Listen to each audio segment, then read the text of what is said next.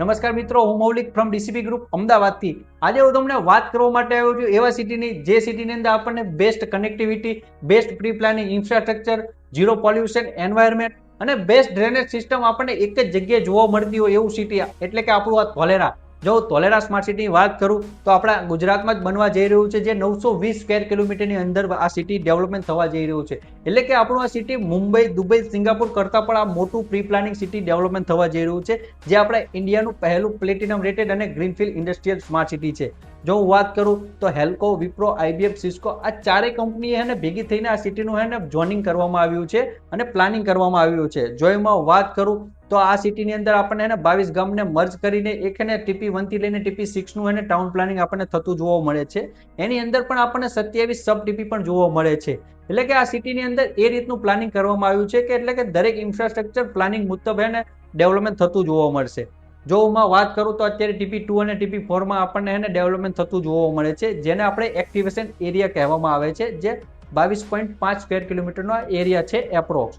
અને તમને આ જે મેપ દેખાય છે એની અંદર તમને અલગ અલગ કલર જોવા મળે છે. જો એમાં વાત કરું તો પર્પલ કલરમાં આપણને ઇન્ડસ્ટ્રીયલ ઝોન ડેવલપમેન્ટ થતા જોવા મળશે, યલો કલરની અંદર આપણને રેસિડેન્સી ઝોન અને હાઈ એક્સેસ કોરિડોર જોવા મળશે, અને રેડ કલરની અંદર આપણને પબ્લિક ફેસિલિટીના ઝોન આપણને ડેવલપમેન્ટ થતા જોવા મળશે. એટલે કે આ સિટીનું એ રીતનું આપણને પ્રી પ્લાનિંગ થતું જોવા મળશે. એટલે કે આ સિટીની હું ઇન્ડસ્ટ્રીઝની વાત કરું તો આપણા ઇન્ડિયાના જે ટોપ 3 બિઝનેસ હાઉસ છે એને પણ આ સિટીની અંદર ઇન્વેસ્ટમેન્ટ અને મેન્યુફેક્ચરિંગ પ્લાન લગાવ્યા છે. જો એમાં વાત કરું તો આપણે ઇન્ડિયાની અંદર જે ફર્સ્ટ ટાઈમ ટાટા સેમિકન્ડક્ટર ચિપનો મેન્યુફેક્ચરિંગ પ્લાન્ટ આવી રહ્યો છે એ આપણે ધોલેરામાં જ બનવા જઈ રહ્યો છે, જે આનું નેક્સ્ટ યર આપણને પ્રોડક્શન પણ સ્ટાર્ટ થતું જોવા મળશે.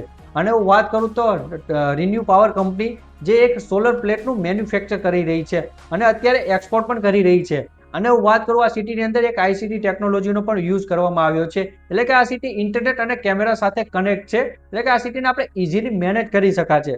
અને આ સિટીની અંદર આપણે રોડ એ રીતના બનાવવામાં આવ્યા છે, જે આ રોડ ડગ ફ્રી રોડ છે. એટલે કે આ સિટીની અંદર જે રોડ બનાવવામાં આવ્યા છે, અને આ સિટીની વાત કરું તો આ સિટીની અંદર આપણે 5 ટાઈપ્સ ઓફ કનેક્ટિવિટી મળવા જઈ રહી છે. જો એમાં વાત કરું તો અમદાવાદથી ધોલેરાનો એક્સપ્રેસ હાઈવે બનીને રેડી છે. એટલે કે બહુ જ નજીકના સમયમાં આનું આપણને ઇનોગ્રેશન થતું જોવા મળશે. અને આ એક્સપ્રેસ હાઈવેની વચમાં જગ્યા છોડવામાં આવી છે. એટલે કે આ બે શહેરો વચ્ચે વંદે મેટ્રોનું પણ પ્લાનિંગ કરવામાં આવ્યું છે, જે આપણા ઇન્ડિયાની અંદર ફર્સ્ટ ટાઈમ થવા જઈ રહ્યું છે. અને હું વાત કરું તો ધોલેરાની અંદર ઇન્ટરનેશનલ એરપોર્ટ પણ બનાવવામાં આવ્યું છે, જે આપણા ગુજરાતનું સૌથી મોટું ઇન્ટરનેશનલ એરપોર્ટ બનવા જઈ રહ્યું છે, જે 1426 હેક્ટરમાં છે. એટલે કે બહુ જ નજીકના સમયમાં આનું રનવે ટ્રાયલ પણ થતું જોવા મળશે. એટલે કે ફેઝ 1 પણ બહુ જ જલ્દી આપણને આ એરપોર્ટનું થતું જોવા મળશે. અને હું વાત કરું તો આ શહેરને એક DMIC કોરિડોરનું પણ કનેક્શન મળવા જઈ રહ્યું છે, જે દિલ્હી મુંબઈ ઇન્ડસ્ટ્રીયલ કોરિડોર છે, જે આપણે ગુડ્સ ટ્રેન માટેનો આ એક રેલવે ટ્રેક બનાવવામાં આવ્યો છે. એટલે કે આપણે આખા ઇન્ડિયાની અંદર આપણે ઇઝીલી ઇમ્પોર્ટ એક્સપોર્ટ કરી શકાશે. અને વાત કરું તો આ સિટીને એક સીપોર્ટનું પણ કનેક્શન મળવા જઈ રહ્યું છે. એટલે કે આવનારા સમયમાં આ શહેરને વર્લ્ડ વાઇડ કનેક્ટ, અને આપણને આ સિટીની અંદર આર્ટિફિશિયલ રિવર પણ બનાવવામાં આવી છે. એટલે કે આ સિટીની અંદર 6.5 કિલોમીટર લાંબી આર્ટિફિશિયલ રિવર છે, જે આ સિટીની ખૂબસૂરતીમાં વધારો કરી રહી છે. અને હું વાત કરું તો STP અને WTP એટલે કે વોટર ટ્રીટમેન્ટ પ્લાન્ટ પણ આપણને આ સિટીની અંદર જોવા મળે છે. એટલે કે આ સિટીની અંદર આવનારા સમયમાં પાણીને લગતી કોઈ સમસ્યા જોવા નહીં મળે.